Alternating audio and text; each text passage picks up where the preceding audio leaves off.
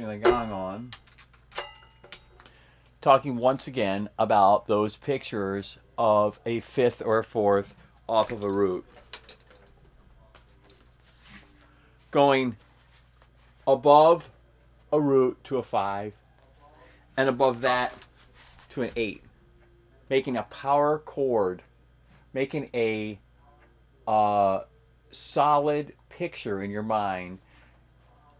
You see something different, I think, if you're looking at versus looking at just a 1 and a 5, or if you're looking at a 1, 5, and an 8. There's something about having that 1 and 8 and then putting something in between it that makes it look different. Well, it probably is because you have more than one note. You have more than 2 notes, I mean. Because the same note to the same note, 1 and 8 being the same note, this right here, 1 and 8, is the same letter, but it's 2 different notes. And the rule that I've always said is an interval is a building block of a chord. So, if you have more than one interval, in other words, 3 notes, or 4 notes, or 5 notes, or 6 notes, or 7 notes, you have what's called a chord. So more than 2 is a chord. 2 is an interval. 2 would be like, 1 and 5. That would be an interval. 1 and 3, an interval. 1 and 8, an interval. 1 and 8 plus a 3 in between, a chord. A lot of people, when they learn chords, they learn them the other way. Starting with a 1 and then building to a 3 or another number and then going to a 5.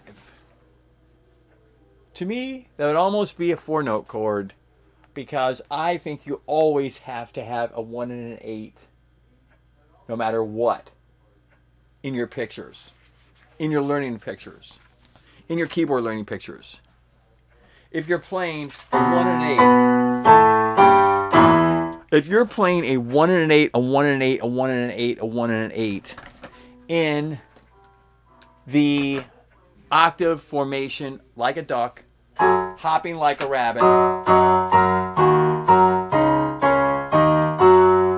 I say always starting on the sharps to get your balance, 1 and 4, your first and your fourth finger, and that octave position, then putting notes in between them with your second finger, just where they naturally fall.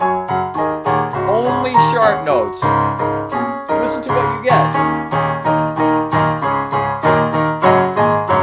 Just by that angle and just by where your second finger falls, and you're only on sharp notes, it naturally falls on the 5. Trust me, it does. You keep the right angle. I'm talking about the little duck angle.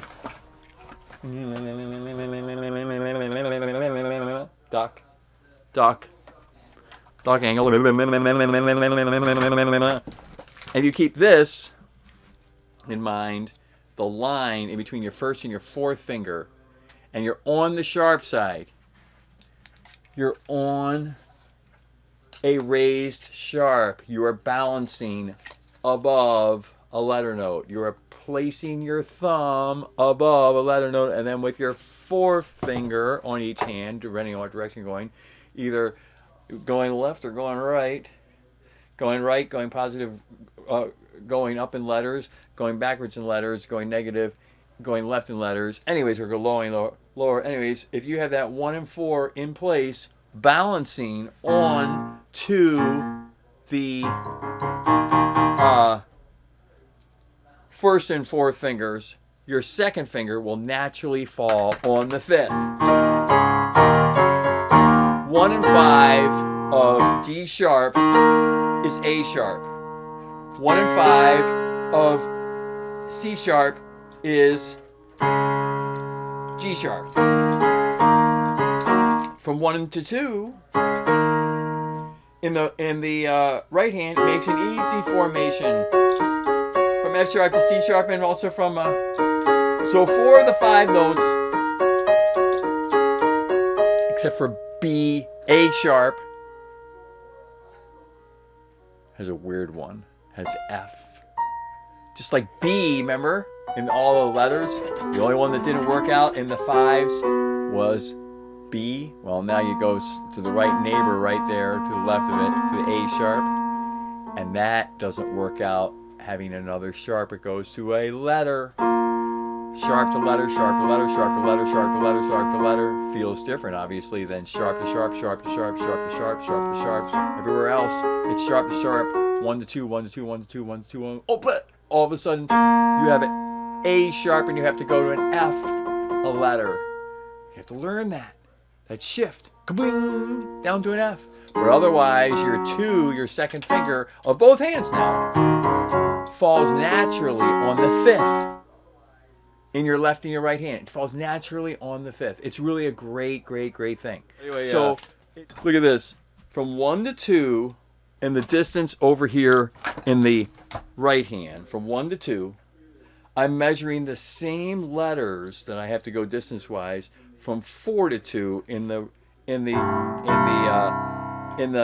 left. And this shows the real angle that you have to go at the keyboard at. You have to really go at this angle this way with your thumbs way onto the keyboard, way onto the sharps. From the very beginning at Studio E KEYSongs, I said you've got to have your thumbs onto the sharps. When you ride the middle of the street, you're not way down on the edge here, on the alley. You're way in the middle of the keyboard, where your thumbs are actually feeling the distance sometimes between the D sharp, A sharp, the C sharp, D sharp, and the F sharp, G sharp, A sharp, where you feel the distances where you're E, F, E, F, or B, C, B, C. E, F, B, C, B, C, E, F, E, F, B, C, B, C. Anyways, when you're feeling those, you feel them with your touch of your thumb, too, as well as your other fingers, but that thumb has to be out there, up there, I mean. Well, that angle that you need then, that duck angle, going like a duck, but hopping like a rabbit, but angled like a duck, you have this distance between your first and second fingers that I'm always talking about, and also your first and fourth fingers that angle across your hand looking like this. What distance can you get there? So I'm mainly concerned between the first and second fingers and the first and fourth fingers. And since I'm using my first and fourth, second and fourth fingers, I'm also going to define now the distance between my fourth and my second fingers in my left hand bass hand. Because that rule that when you just angle the right way, your second finger will touch the 5th on those sharps or on the letters. In the left hand, the mirror, the negative distance down numerically wise, 8 major 7 6 5, is a 4th. It's smaller to that 5th note interval in the left hand, mirroring the right hand. So actually, this distance between 1 and 2 in the right hand is shorter if you go to the actual 5th, just going down to the same letter. A 4th down is the same letter. So if I go a 5th up, 1, 2, 3, 4, 5, it's B. I go E, D, C, B, it's B. There's B. 5 up, 1, 2, 3, 4, 5 is equal to 1, 2, 3, 4 down. 1, 2, 3, 4, 5 is equal to 1, 2, 3, 4 down. 1, 2, 3, 4, 5, 1, 2, 3, 4, 5, 1, 2, 3, 4, 5, 1, 2, 3, 4. It works in every case. It's completely mathematical that 5 distance up is equal to 4 distance down. It's like a mathematical strange fact that we've always had to deal with, that strange negativity, that negative vortex that you go into on the left-hand side of 1 when you're going over the other way. Because remember, when you're counting, when you're starting out or whatever, you go to the right. You go higher, you go up. But when you go down, you just use the numerical system like second, but you don't identify, this is not the second of a street, an address thing, this is just a distance a second. Well, a 5th down turns out that it's different noted than a 5th up. If you went 5 down from C, 1, 2, 3, 4, 5, you get F.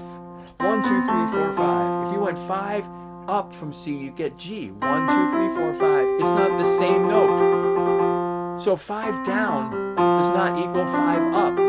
Do it again. So we already know that the address 5 off of 1 going to the right, 5 going to the right this way or higher.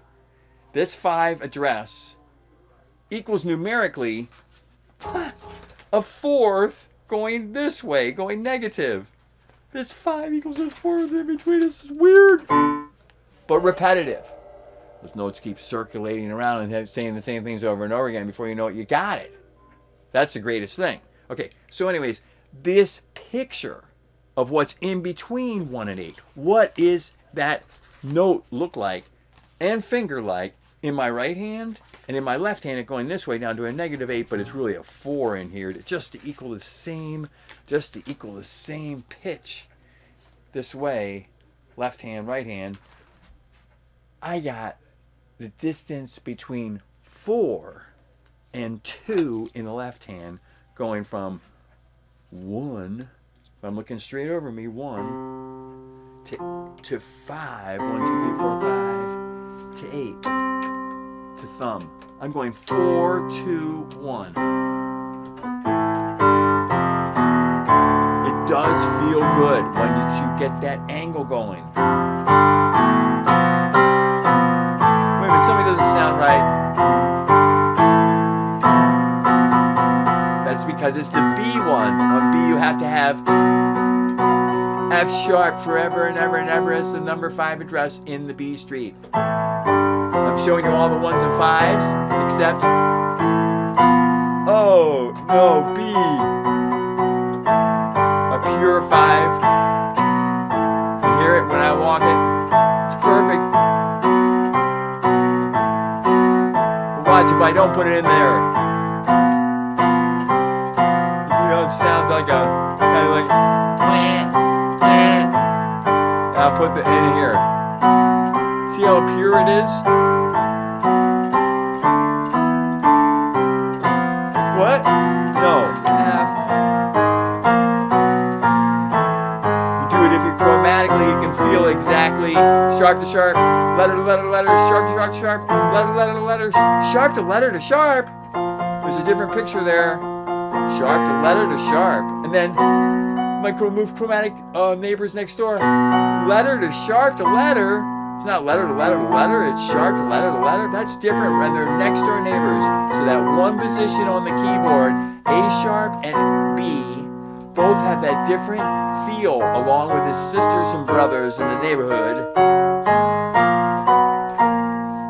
But if you can learn how to get that in there and feel it that it's right, and feel that 5th, and feel that 5th right there, sharp, sharp, sharp, heaven. Just letting my fingers fall naturally with that 2 and a little duck angle, and that 2 just hitting the 5s in the lettering systems of both neighborhoods and any neighborhood, whether you're in a blues neighborhood or a major neighborhood.